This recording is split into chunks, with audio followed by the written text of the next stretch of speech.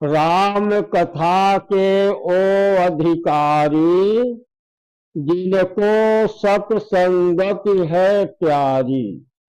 भगवान का नाम जपना या लिखना तभी उसको अच्छा लगता है। भगवान की सेवा करना तभी अच्छा लगता है। उसी को अच्छा लगता है जिनको सत्संगत जो है बहुत प्यारी लगती है, जिनका मन साधु संत ब्राह्मणों में लगा रहता है। उनकी बातें, उनका बोलना और उनकी सेवा जिनको अच्छी लगती है, उन्हीं को भगवान का नाम लेना भी बहुत ही अच्छा लगता है। कोई जरूरी नहीं है कि आप कहीं साधु संत महात्माओं के पास जाइए या ब्राह्मणों के पास जाइए। आप घर पर हैं, टोला पड़ोसी में, या घर पर माता पिता हैं, भाई बंधु हैं, चार लोग बैठकर आप भगवान की चर्चा करिए, उनका गुणगान करिए। कोई कुछ बोलेगा भगवान के विषय में, कोई भगवान का कुछ गुणगान करेगा, कोई भजन ही सुनाएगा।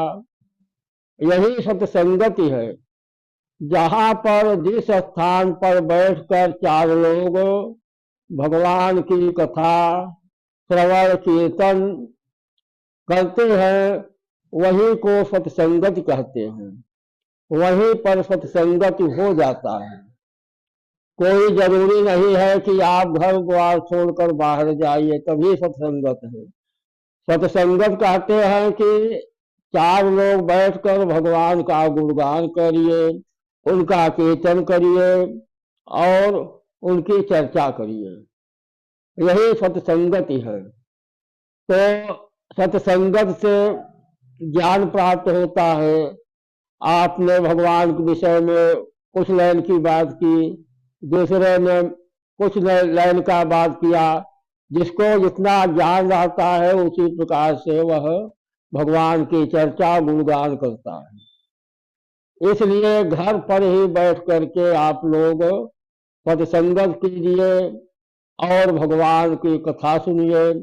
भगवान का कथा है, अगर कोई आपको नहीं मिल पा रहा है सत्संगत करने के लिए, तो घर में जैसे रामचरितमानस का पुस्तक है, शिव पुराण है, भागवत पुराण है। आपके पास कोई नहीं है तो पुस्तक जो है सबसे बड़ा संत माना जाता है। सारी कथा उस पुस्तक के अंदर रहता है। तो आप कोई वेद पुराण कर, रामचरितमानस, शिव पुराण, भागवत पुराण बैठकर 1 घंटे 2 घंटे या 2 पेज, जितना समय आपके पास रहे, आप उसको पढ़िए। जिस प्रकार 4 आदमियों से ज्ञान प्राप्त होगा, वही ज्ञान जो है आप अकेले हैं, पुस्तक पढ़ रहे हैं, कोई वेद पढ़ रहे हैं, तो उसी से आपको ज्ञान प्राप्त होगा और आपका सत्संगत जो है वह भी पूरा हो जाएगा। तो ऐसा करने से भक्ति मिलती है। सत्संगत से भगवान के प्रति भक्ति प्राप्त होती है। तो भगवान का नाम लेना जो है बहुत ही अच्छा लगता है। अच्छा भी लगता है और वह लाभ भी देता है। भगवान का नाम, पूजन पाठ, जप दान, यह कभी भी व्यर्थ नहीं जाता। ऐसा मन में धारणा करके आप जो है वेद पढ़िए, भगवान का सेवा पूजा करिए, ब्राह्मणों को दान दक्षिणा दीजिए। यही जो है धर्म है। हमेशा धर्मार्थ कार्य करते रहिए। एक भक्त ने राजा परीक्षित से पूछा कि हे राजा परीक्षित, कलयुग में जब अधर्म होता है, लोग परेशान ही रहते हैं, तो कलयुग को आपने इस मृत्यु लोक में क्यों रहने दिया, इसको खेद क्यों नहीं दिया? तो राजा परीक्षित ने कहा कि कलयुग में अत्याचार अनाचार बहुत होगा, परंतु इसका रहने का कारण यह है कि जो फल पूजा पाठ जप तप हर युग में होता है, 10,000 50,000 5,000 वर्ष लोग तपस्या करते थे, तब वह फल उनको प्राप्त होता था। वही फल कलयुग में केवल भगवान का नाम लेने से ही उसे प्राप्त हो जाता है। राम नाम का जप करने से वही फल प्राप्त होता है। तो भगवान का नाम कलयुग में बस नाम धारा, सुमिर सुमिर नर उतर ही पारा। कलयुग में केवल भगवान के नाम से ही मनुष्य भवसागर से पार हो जाता है। इसीलिए कलयुग को धरती पर रहने दिया। तो कलयुग में यही बहुत बड़ा गुण है। और क्या गुण है कलयुग में कि यह कर्म भूमि है। कलयुग में पाप कर्म करने पर उसका फल प्राप्त होता है और धर्म कार्य करने पर भी धर्म कार्य होता है। परंतु कलयुग का प्रभाव है कि जब आप पाप कर्म करेंगे तब आपके ऊपर लागू होगा, मन में आने से वह नहीं लागू होगा। जब आप कार्य करेंगे पाप कर्म तभी आपके ऊपर पाप लगेगा। और धर्म जो है आपने मन में सोच लिया कि कल से हम भगवान का पूजा करेंगे, सुंदर कांड पढ़ेंगे, रामचरितमानस का पाठ करेंगे। आज आपने सोचा, उसका फल जो है आज ही से सोचने मात्र से आपके ऊपर लागू होता जाएगा। और जब आप पाठ करेंगे, भगवान का नाम जपेंगे, तब तो मिलेगा ही। परंतु यह गुण जो है पाप कर्म में नहीं। पाप कर्म जब आप करेंगे तभी आपके ऊपर लागू होगा, वह मानसिक पाप नहीं लगेगा। धर्म जो है मानसिक धर्म करने से ही उसका फल प्राप्त हो जाता है। यह कलयुग का बहुत बड़ा प्रभाव है। इसीलिए राजा परीक्षित ने कलयुग को यहां पर रहने दिया। तो ऐसा समझकर कि जब कलयुग में केवल राम नाम ही आधार है, केवल राम नाम से ही हमें मुक्ति प्राप्त होती है, तो क्यों न केवल हम राम नाम का ही जप करें। तो राम नाम सीताराम यह जपने से और लिखने से दोनों लोग सुधर जाते हैं। यह आप जप करेंगे न आपको शारीरिक कष्ट मिलेगा, ना आर्थिक मिलेगा, ना मानसिक मिलेगा। यह सत्य है। जैसे लोग कहते हैं कि हमने बहुत पूजा किया, बहुत पाठ किया, खूब जप कर रहे हैं, हम प्रसाद हो रहे हैं। हकीकत यही है कि वह केवल जबान से कह रहे हैं कि हम पूजा कर रहे हैं, जाप कर रहे हैं।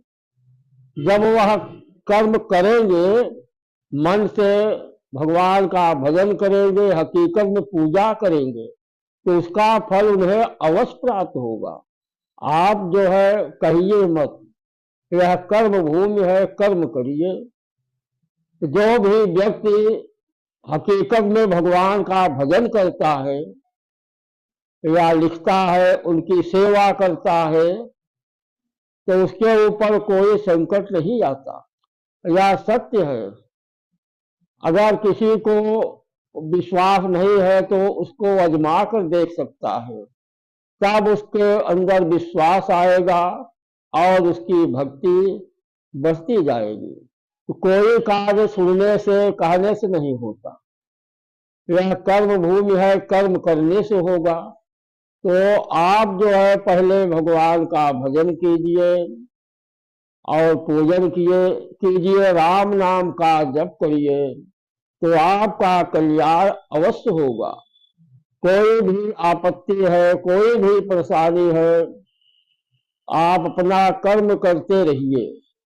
मन जो है अपना आप भगवान में लगाइए, निश्चल भाव से सारी माया को बगल करके आप घंटे 2 घंटे जब तक भगवान के पास रहे, केवल आपकी निगाह में भगवान की मूर्ति रहे और जबान पर भगवान का नाम रहे। ऐसा जब करने से आपको जो संकट है वह धीरे धीरे शांत हो जाएगा और आप सुखी हो जाएंगे। तो जब आप अपना कार्य करेंगे, भगवान का नाम जपेंगे, तो उसका फल अवश्य आपको प्राप्त होगा, इसमें कोई संशय की बात नहीं है। परंतु यह नाम जो है जपना पड़ेगा, इसलिए भाव भक्ति के साथ आप जो है सत्संग करिए। साधु महात्माओं ब्राह्मणों अगर कहीं भी मिल जाते हैं, उनसे आदर से मिलिए और उनके पास भगवान की चर्चा करिए, भगवान का गुणगान करिए और सत्संग करते रहेंगे तो आपकी भक्ति जो है हमेशा बनी रहेगी। जो भक्ति बनी रहती है तो जीवन में बहुत आनंद आता है।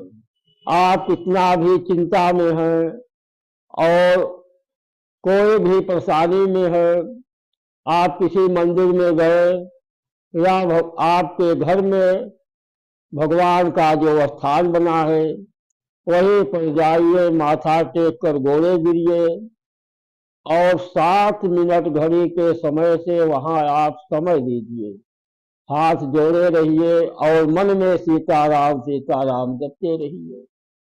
आपका मन जो है, जो अशांत है, वह शांत हो जाएगा और 7 मिनट के अंदर ही भगवान आपको जो परेशानी है उसके निवारण का कोई रास्ता बता देंगे आपको, और वही कार्य करिए तो आपका जो परेशानी है, जो संकट है, वह अपने आप शांत हो जाए।